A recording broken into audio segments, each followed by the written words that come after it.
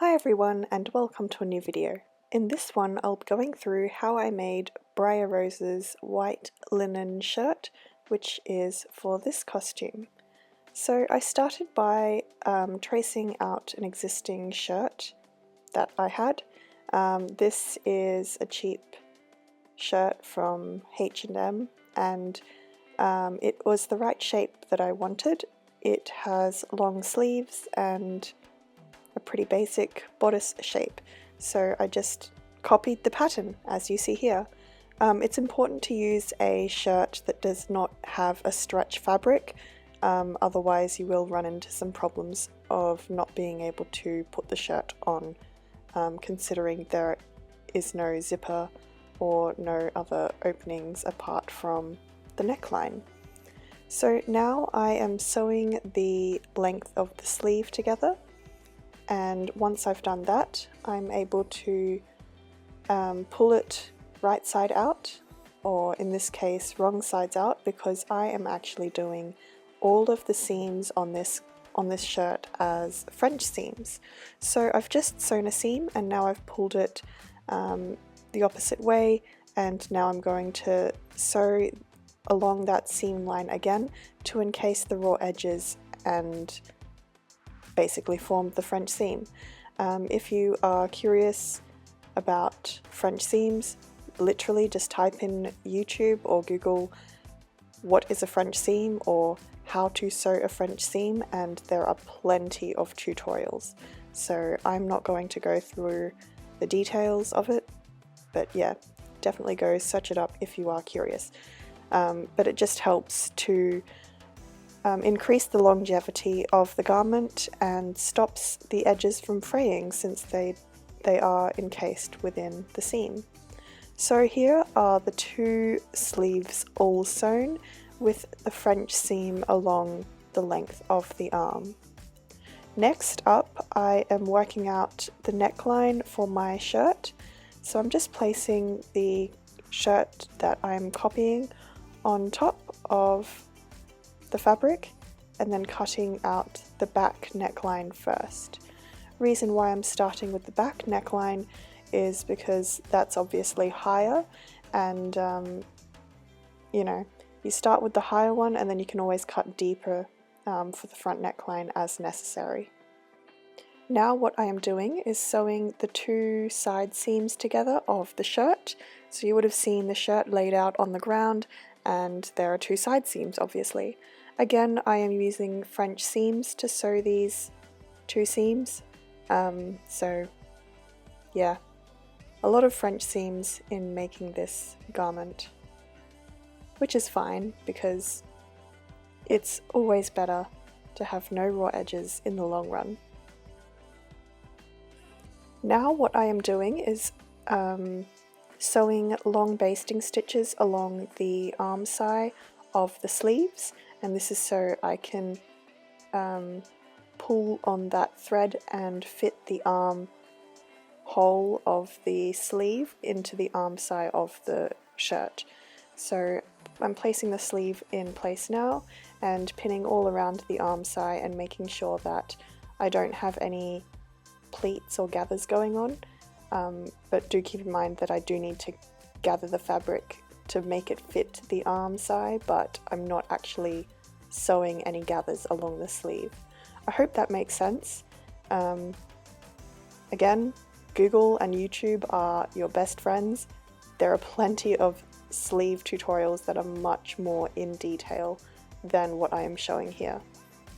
This was a very rushed sewing project, so that's why I didn't take the time to film, you know, the whole process in detail and slower.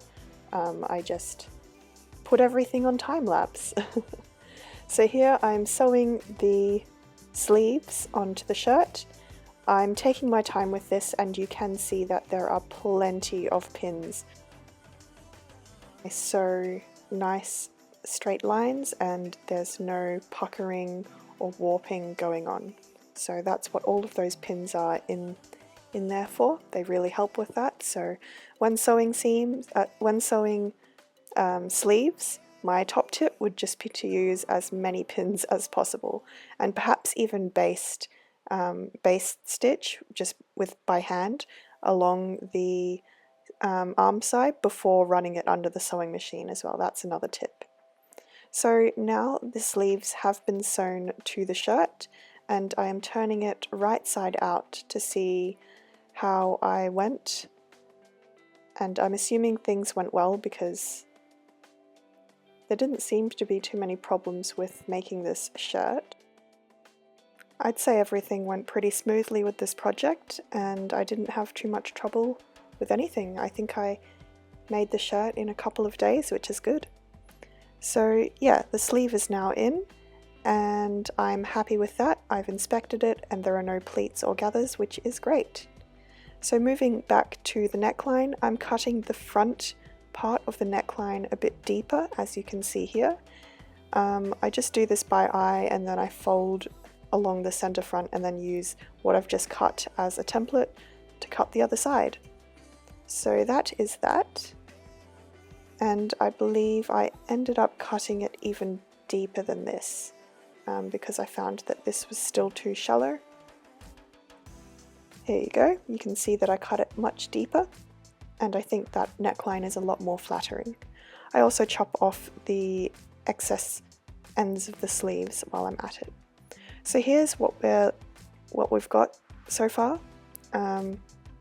Next up is to create strips of fabric. I think that's what I'm doing. I can't remember. Yes, rectangle strips of fabric, and this will form the binding for the neckline. There you go. You can see that I've cut a long strip of fabric for the neckline, and then here is, I think these are for the cuffs, or not. I don't think I ended up using those larger rectangles. I don't know what I cut them out for. I guess we'll find out. So anyway, with the long strip, I'm sewing that all around the neckline, and this will form the drawstring casing because I am going to put a drawstring neckline on this shirt. So I'm sewing that all around the top edge, and once I've done that, I'm trimming off the excess seam allowance to make it less bulky.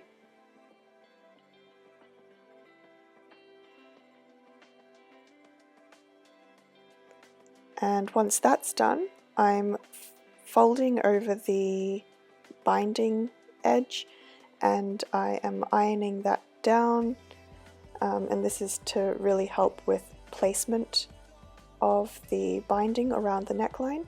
So what I'm doing is ironing the raw edge inwards by a little bit, and then that's going to form the crease of where I need to sew the bias, it's not bias, but where I need to sew the binding down onto the actual shirt itself. So that just makes it easy to run under the sewing machine if the crease has already formed and those raw edges have already been tucked under. And I've also just left a little opening at the center front so I can put the drawstring tie in through there. Next up, I am sewing the cuffs, I think, for the sleeves. So these are just basic rectangles that have been sewn into tubes. And now what I'm doing is fitting the tube that I just sewed, fitting that to the actual sleeve hem. And I did have to gather the sleeve a little bit to make it fit that cuff. Okay, now back to the drawstring. So for the drawstring, for the neckline, I am using basic ribbon. I do my good old trick of using a safety pin as the mechanism to feed the ribbon through the drawstring channel, like you see here. And obviously just continue that all around the neckline until the safety pin pops out the other end, and then you can tie that off into a bow.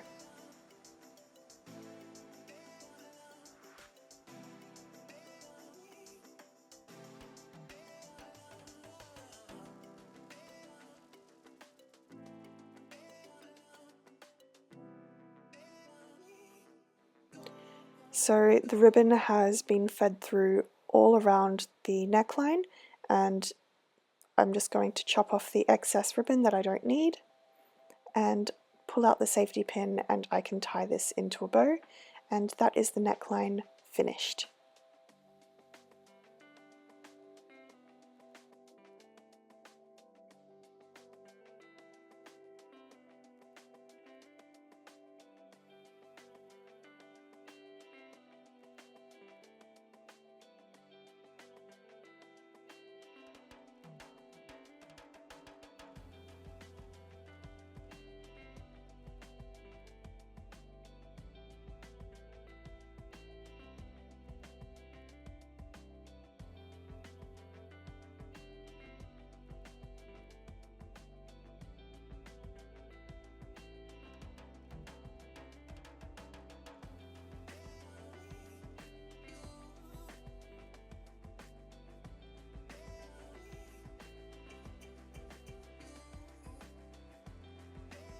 Next up, I think I'm moving back to the cuffs. Sorry there's a bit of jumping around from the neckline to the cuffs. That's just the way I work. So I'm going back to the cuffs of the sleeves and pinning those rectangular tubes to the sleeves to finish them off, I guess.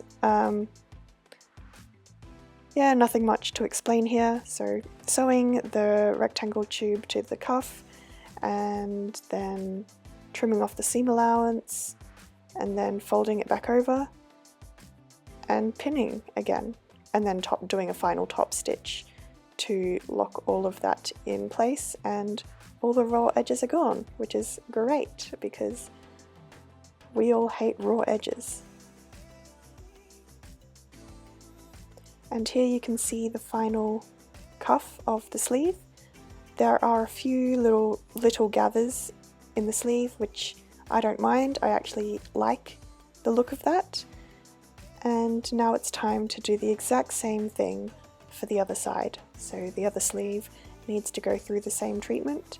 I think I didn't mention before, but I did run some basting stitches around the sleeve hem to gather that just a tiny bit, because the sleeve hem is a bit larger than the actual cuff that I attached to it.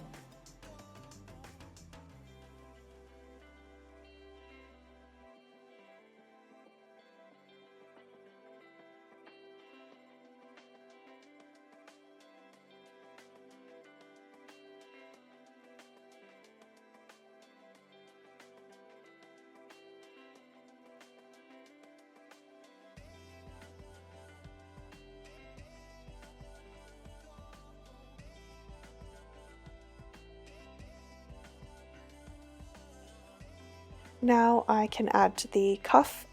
So with the cuff I always press open or finger press open the seam allowance, so that will decrease the bulk, and then I just pin this to the sleeve hem as you see here, pin all around the edges, and then obviously repeat the same process of running it under the sewing machine, trimming the seam allowance, and folding the edges back over, tucking the raw edges under, and then doing a final top stitch.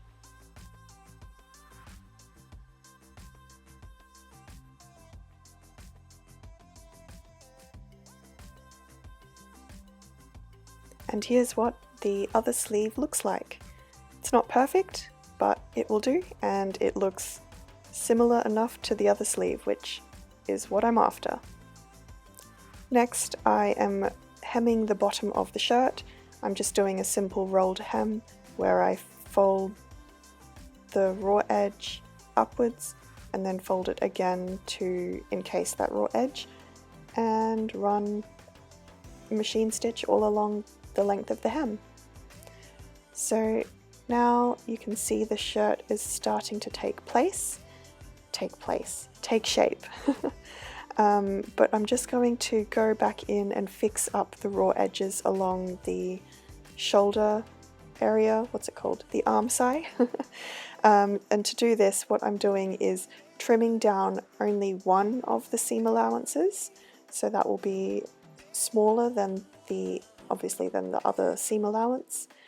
And yes, that's what I'm doing here. Let me just fast forward this clip.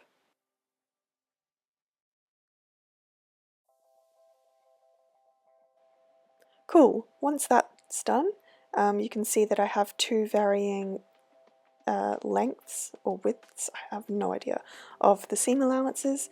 With the wider or longer one, I am pressing that over the raw edge of the smaller seam allowance. I'm really terrible at explaining this, but I hope you can tell what I am doing by watching the video. So it's a very, very, very tiny seam allowance that I'm creating here. I mean, it worked, it just requires a lot of patience. And I think in the long run, it's a lot better to go through the effort of nicely finishing off the insides of seams.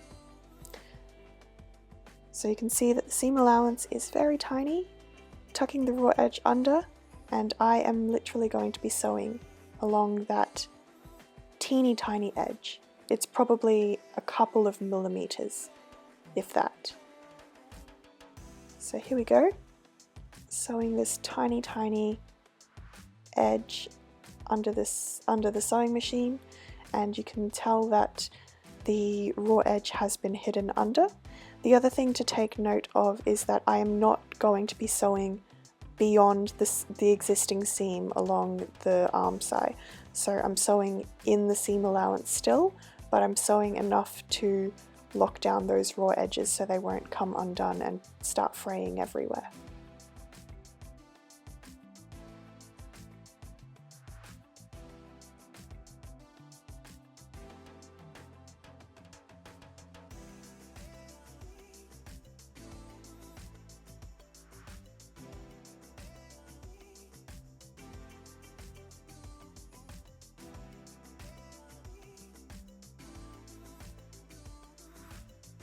And I did this for both sleeves, obviously, on both arm size, and now you can see that all of the raw edges have been encased and won't come undone and fray all over the place. So I'm really pleased with how the arm side insides turned out, and it really helps with making sure that this is something that can be chucked into the washing machine to be washed, and you don't have to worry about fraying. And even from the outside, the sleeve looks completely normal and fine, which is what we're after. Now here's just a close-up of some of the details of the finished shirt. We've got the ribbon drawstring neckline, we've got the nicely finished edges of the arm side, we've got a very slightly gathered cuff or hem, I have no idea what to call it, cuff, hem, shirt, sleeve, hem. We've also got the actual hem, which is just a simple rolled hem. Wow, I've said hem so many times. And yeah, that's it. So that's the shirt I made. I have never actually copied one of my shirt patterns before. My friend actually suggested that this is something she did and it worked well for her costume, so I decided to give it a try too. I think it worked out really well. Here's what it looks like on. You can see that I just tuck the bow in under, and yeah, I think it's a really nice length. It's quite a long shirt, which I'm fine with, and I'm able to easily tuck it into my skirt, and I think this will be perfect. Well, I know it's perfect for my Briar Rose costume. So if you want to see the making of the skirt that goes along with this shirt, make sure to subscribe, and that video will be out next week. So until then, stay creative. See ya!